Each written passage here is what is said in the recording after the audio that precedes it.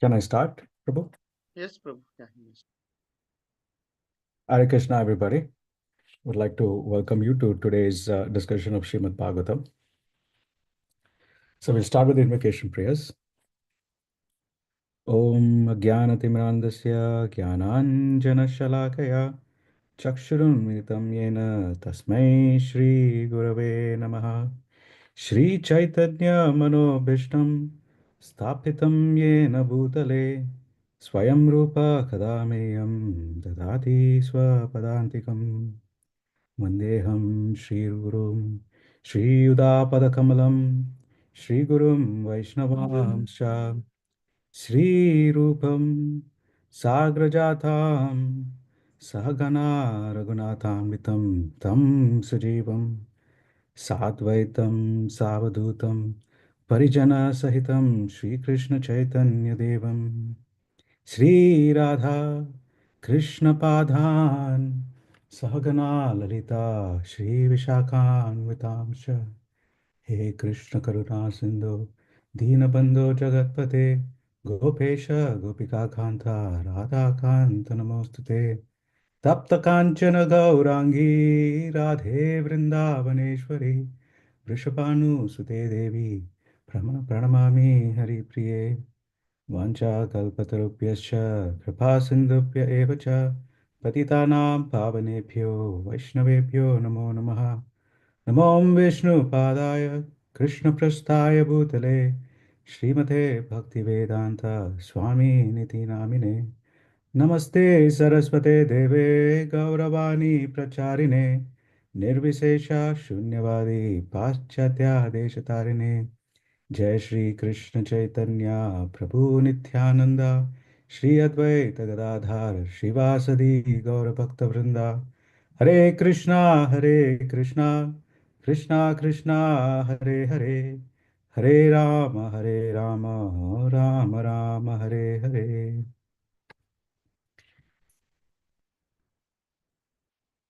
So today we will be reading from Srimad Bhagavatam, third canto, chapter number uh, 24, verse number 4.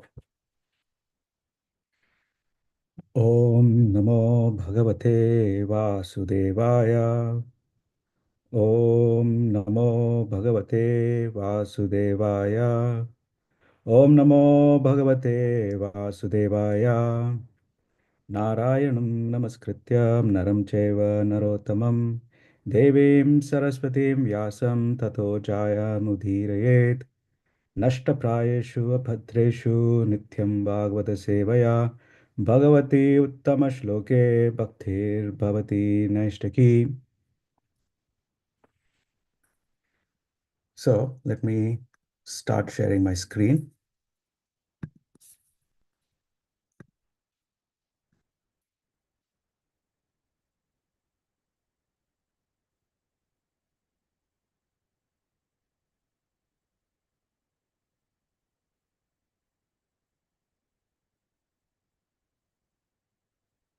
Svatvayadita Shukalo Vitanvan Mamakam Yashaha Chettate Hridaya Granthim Audharyo Brahma Bhavanaha Svatvayadita Shukalo Vitanvan Mamakam Yashaha Chettate Hridaya Granthim Audharyo Brahma Bhavanaha Svatvayadita Shuklo Vitanvan Mamakam Yashaha Chettate Hridaya Granthim Audharyo Brahma Bhavanaha. Word to word meanings. Saha, E. Tvaya, by you. Araditaha, being worshipped.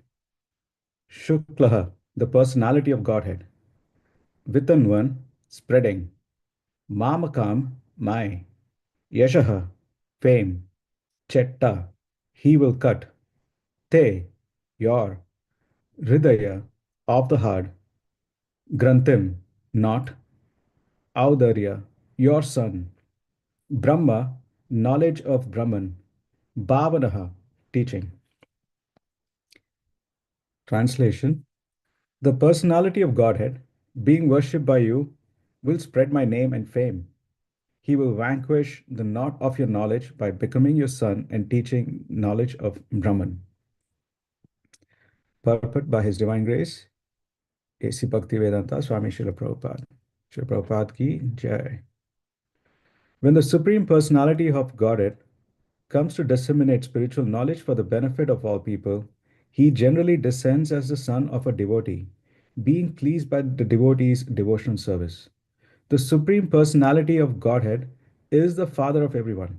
There is no one, therefore, no one is his father, but by his inconceivable energy, he accepts some of the devotees as his parents and descendants. It is explained here that the spiritual knowledge vanquishes the knot of the heart. Matter and spirit are knotted by false ego. This identification of oneself with matter, which is called as Hridaya Granthi, exists for all conditioned souls, and it becomes more and more tightened when there is too much affection for sex life. The explanation was given by Lord Rishabha to his sons that this material world is an atmosphere of attraction between male and female. That attraction takes the shape of a knot in the heart, and by material affection, it becomes still more tight. For people who hanker after material possessions, society, friendship, and love, this knot of affection becomes very strong. It is only by Brahma Bhavana, the instruction by which spiritual knowledge is enhanced, that the knot in the heart is cut to pieces. No material weapon is needed to cut this knot, but it requires bona fide spiritual instruction. Kardama Muni instructed his wife Devahuti that the Lord would appear as her son and disseminate the spiritual knowledge to cut the knot of material identification. Again, very beautiful. Purport. Um, so here we have Devahuti, who the first few verses of this particular chapter is lamenting. And she's lamenting that she is distracted and she's attached and she was distracted with pleasure enjoyment, and that she wasted the association of her husband. And here, and then she gives birth to nine daughters, and then she says that, okay, the daughters will get married off. You're going to go into sannyas ashram. Who's going to take care of me?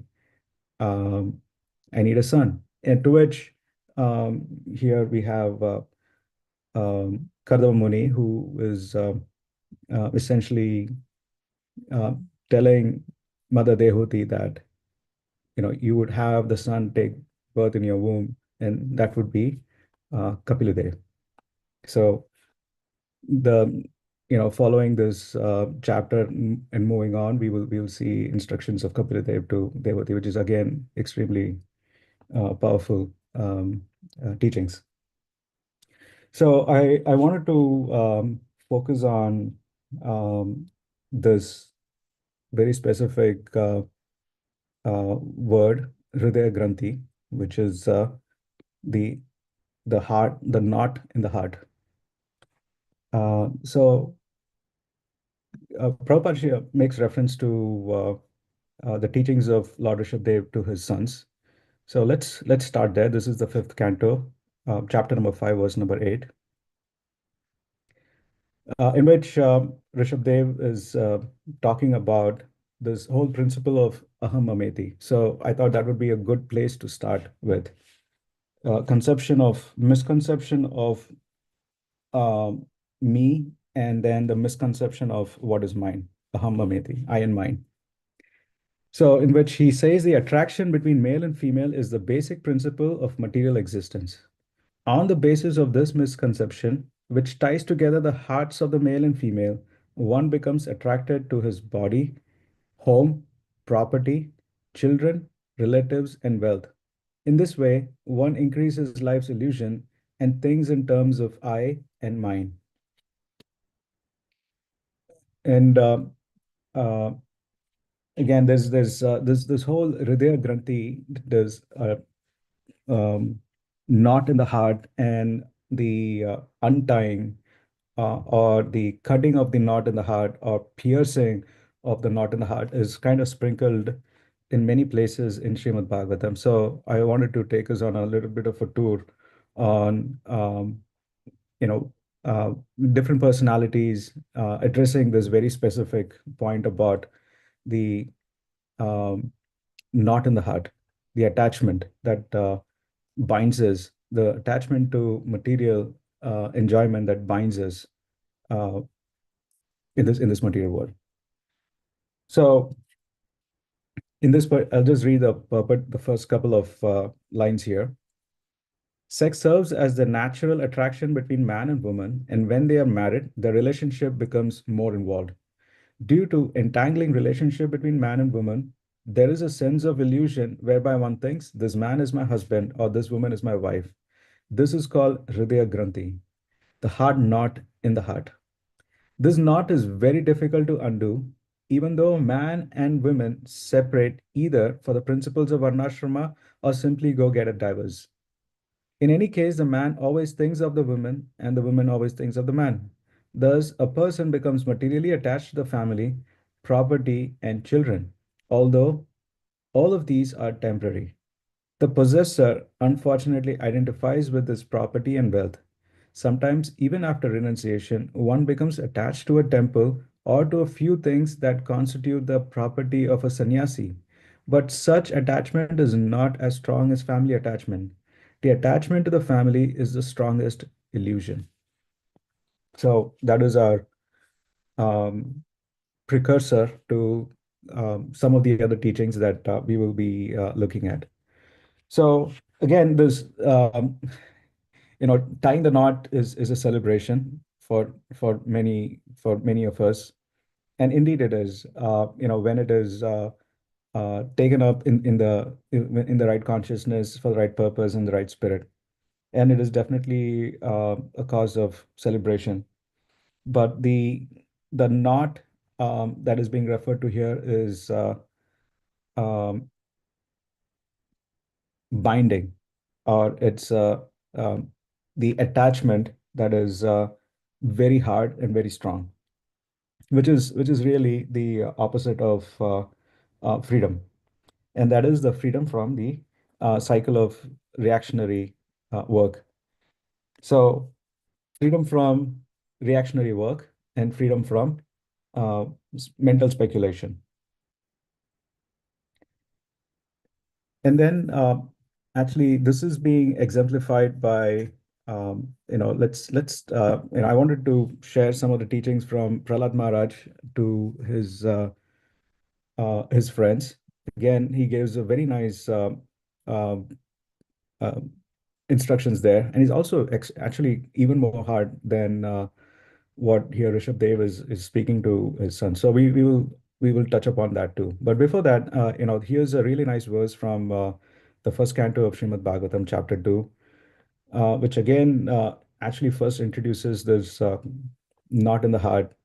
So let's start there. Yad anudyasina yuktaha karma granti nibandanam chindanti kovidastasya ko na kuryat katharathim. With sword in hand, intelligent men cut through the binding knots of reactionary work, karma, by remembering the personality of Godhead. Therefore, who will not pay attention to this message? And here again in this purport, Srila Prabhupada talks about how the contact of matter and spirit essentially gives rise to this knot of false ego, of false identification. And that false identification, again, going back to the previous verse that we discussed from teachings of Rishabh to his sons, is this false conception of me and mine. This notion of me and mine has a positive connotation, which is who am I and what is mine in my relationship to Krishna. And then there is the conditioned notion of what is aham and what is me and mine, aham ameti, which is false conception of who I am, and hence the false conception of what is mine. So here. with the sword in hand, intelligent men cut through the binding knots of reactionary work by remembering the personality of Godhead. Um, and then continuing on, same, this Hridaya Granthis, or this knot in the heart, is described in the 21st verse here, same first canto, second chapter. Vidyate Hridaya Granthis, Chidyante Sarva Samshayaha, Shiyante Chasya Karmani, Drishta Evatmanishware. Thus the knot in the heart is pierced, and all misgivings are cut into pieces. The chain of fruitive action is terminated when one sees the self as the master.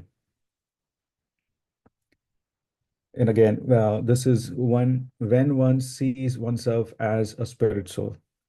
Um, and that is again what Srila Prabhupada is describing in the verse that we are discussing today from the third canto, which is uh, the Brahma Gyan, or the knowledge of um, supreme absolute truth.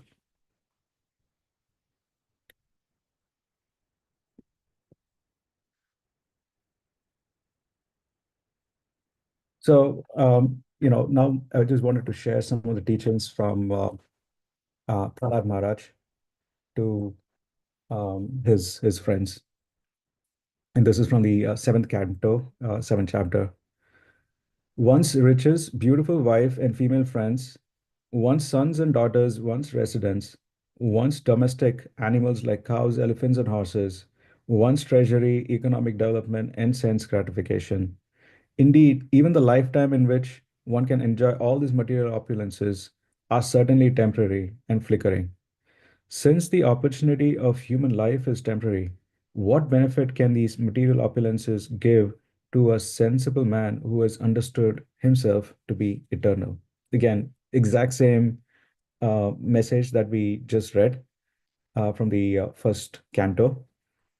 And here it has been expanded um, to include again oneself, and then one's friends, one's family, one's wife, one's children, friends, and then that circle, that the social circle keeps expanding to one's city, neighborhood, city, state, country, um, etc.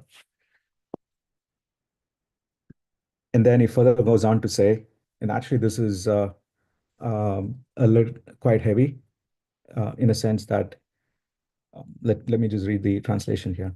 Since the body itself is ultimately meant to become stool or earth, what is the meaning or the paraphernalia related to the body, such as wives, residences, wealth, children, relatives, servants, friends, kingdoms, treasuries, animals, and ministers? They are also temporary. What more can be said about this? So, this is Prahlad Maharaj taking it to uh, the end, basically when the body is dead and decomposes.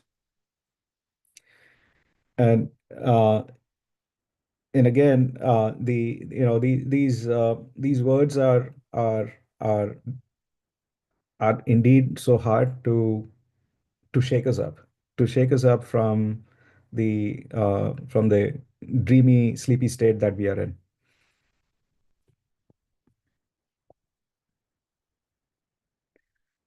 Continuing on to again what Prahlad Maharaj is speaking to his friends. What person too attached to household life, due to being unable to control his senses, can liberate himself? An attached householder is bound very strongly by the ropes of affection for his family, wife, children, and other relatives.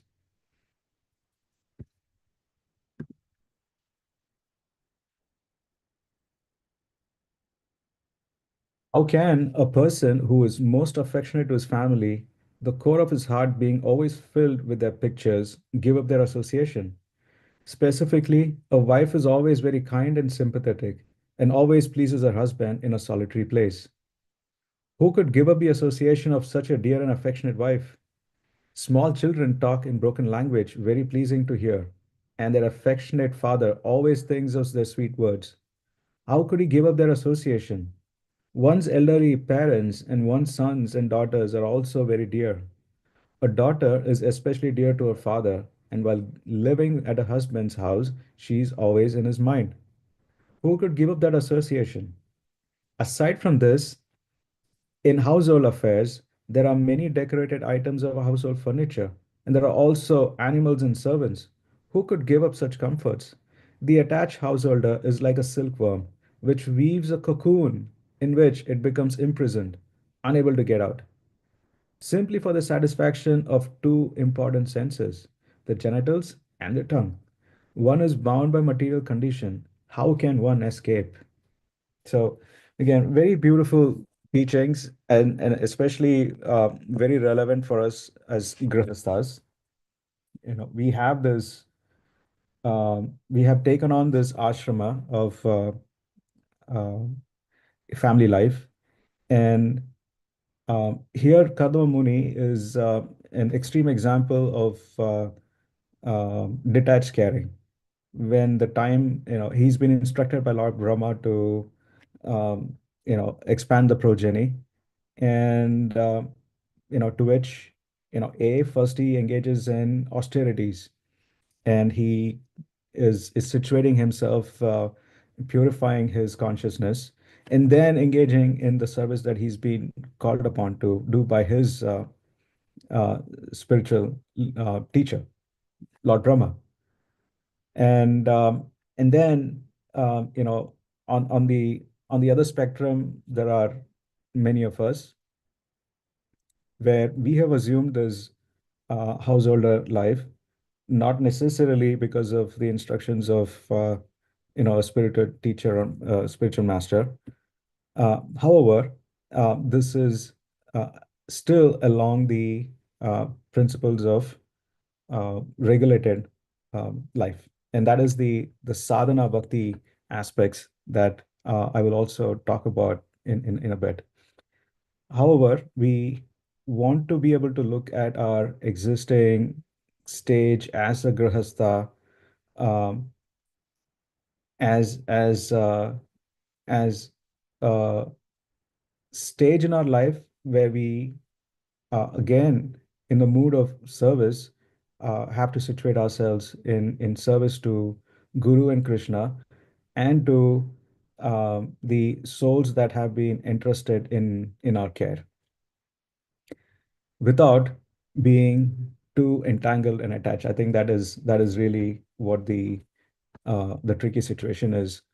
Just like this silkworm which weaves a cocoon and gets ultimately trapped, here Srimad Bhagavatam is reminding us that, why are we in this position to begin with, and also gives us the tools to get out of this situation. Srimad Bhagavatam is not enunciating diverse. Uh, Srimad Bhagavatam and Bhagavad Gita, for that matter, is also which also talks about being in our own existing social circumstance. How do we execute devotional service in a way that we can perfect our lives and our goals of our lives? So again, these are uh, um, some of the teachings. And then finally, uh, Srila Prabhupada talks about um, how this knot can be pierced or can be cut. And that is by taking the shelter of a spiritual master and following the instructions of the spiritual master. Uh, so, before that, I wanted to again share some of the teachings from this is from Narada Muni. Sarvopadi vinirmuktam tatparitvena nirmalam rishikena rishikesha sevanam bhaktir uchyate. Bhakti or devotional service means engaging all our senses in the service of the Lord, the Supreme Personality of Godhead, the Master of all senses. When the spirit soul renders service unto the Supreme, there are two side effects. One is freed from all material designation, and one's senses are purified simply by being employed in the service of the Lord. So again, the knot that binds us is freed, and that freedom is from the material identification or material designations or material attachments. And the purification is not something that um, uh, one can bring on just by one's own initiative. It is this purification happens simply as a byproduct of being employed in the service of the Supreme Lord without any duplicity.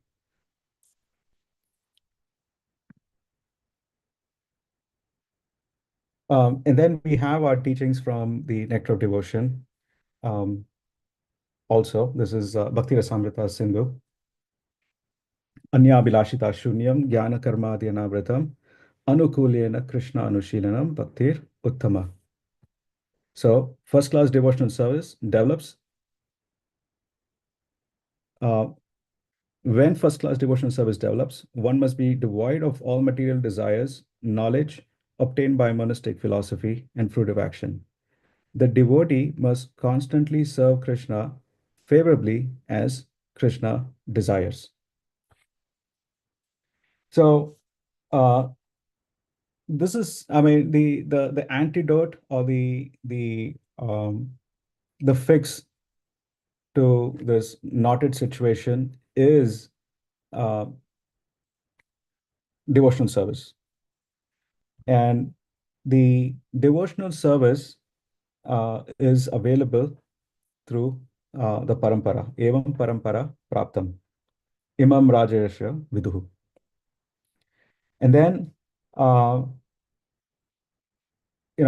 we have teachings then from the Nectar of Devotion, uh, Bhakti Rasamrita Sindhu by Srila Rupa Goswami, where he in chapter number 6 he talks about uh, the 64 items of devotional service. So that is the how-to manual. And out of the 64 items of devotional service, it starts with accepting the shelter of the lotus feet of bona fide spiritual master. Second is becoming initiated. Third is obeying the orders of the spiritual master. Fourth is following the orders of spiritual personalities. Five is inquiring humbly. Six, prepare to give up anything material. Seven is residing in a place of pilgrimage. Eight is accepting only what is necessary. Ninth is observing fast on Ekadashi. 10 is worshipping sacred trees like banyan trees. So anyway, that's the 10. And then he talks about the 10 don'ts. And then he expounds on the other 44 items. And then after all this is being described, there are um, there are five important items, which is DT devotees, Dham, Sankirtan, and then Srimad Bhagavatam. So those are the five that are, which is where a lot of our focus on from a, in a on a daily basis is as recommended by Srila Rupa Goswami. And then Srila Prabhupada says that out of these 64, the most important items are the first three, which is by accepting the shelter of the lotus feet of a bona fide spiritual master, taking initiation, and then obeying the orders of the spiritual master. So again, that is the how-to process of beginning to get on this pathway to cutting the knot in the heart. So with that, I will stop here and then see if there are any comments and discussions.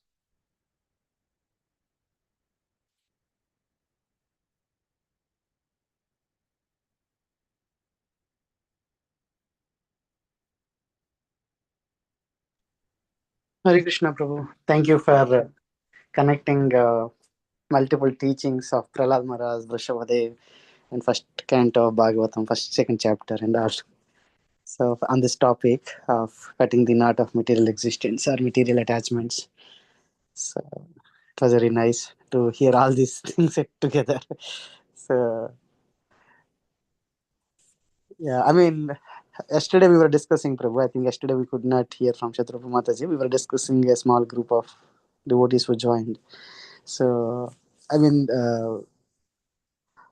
Kapila, I mean, Vrishabhadev stays, I mean, for some more time, right? I mean, actually, it says, I think, next verse or following verse, it says, after many, many years, Kapila I mean, Mm, Kapila appears. It's not immediately.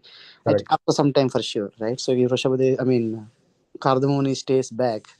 So, I mean, of course, we don't hear his childhood pastimes. I mean, Kapila's childhood pastimes. So I don't know how he appeared, maybe as a directly as a Lord himself. I mean, with a grown up child, right? Or, so that we don't hear. So I was thinking about the Mother Devahuti's uh,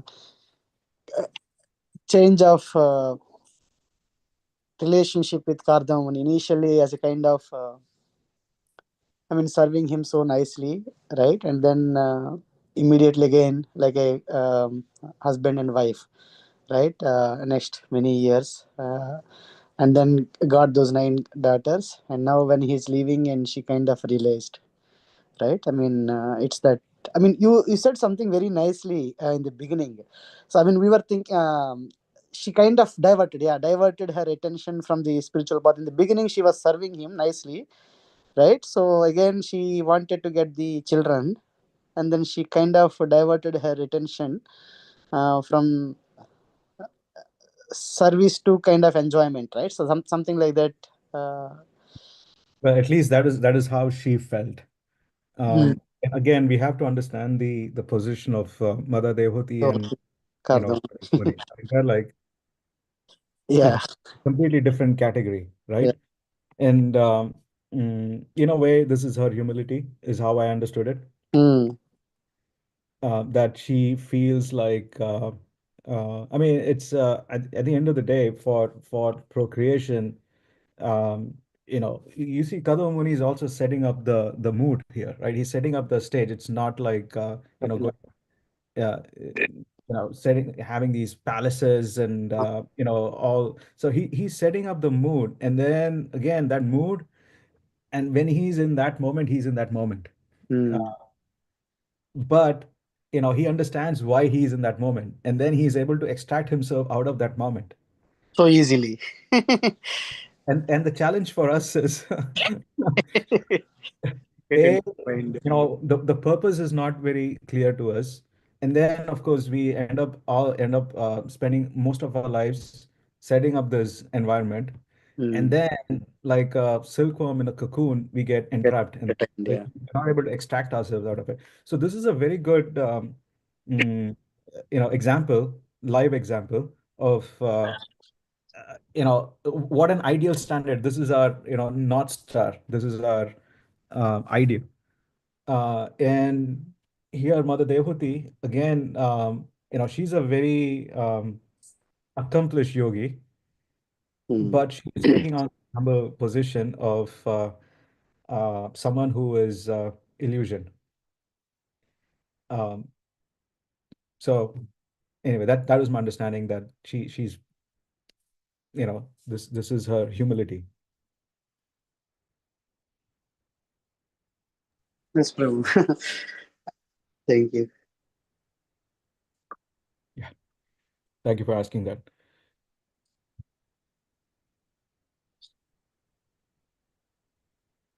So, I mean, I we were just thinking yesterday when we were reading the previous verse, Prabhu, I think third one. So, Kardamuni knows that Lord Kapila is going to appear, right? So, but Correct. before that, he's planning to leave.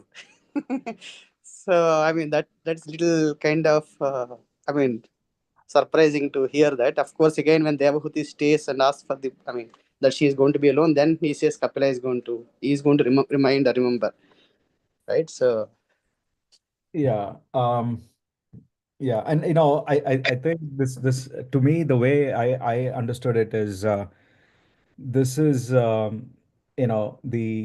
the extreme levels of detachment. Like, he came in, he did what he wanted, what he was instructed to do, and then, when the daughters were born, he wanted to move. He was eager to pursue, his spiritual path. And to me, that was just an amplification of the level of his detachment, um, that he is willing to go ASAP, as soon as possible. And then, of course, as a caring husband, again, he, it's a very, I would say, extreme levels of emotional quotient, emotional intelligence. Uh, you know, it's not like, he wants to forsake his duties. He has fully finished his duties. But at the same time, now he wants to make sure that his wife is, situated in a proper position. And so, he talks about here Kapila Dev. Um, and then, as you rightfully said, that doesn't happen immediately. It takes some time. And then once Kapila Dev is available and present to take care of his mother, Kadamba Muni then, embarks on his spiritual journey. So again, a very idealistic emblem of a householder, in what we are saying with Kadamba Muni. Hmm. Hmm. Thank you, Prabhu. All right. So, any other discussion items?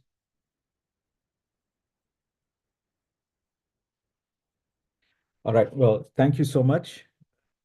Vanchakalpatarubhyascha kripa sindhubhyevacha patitam pavanebhyo vaishnavebhyo namo namaha. Have a wonderful rest of your day.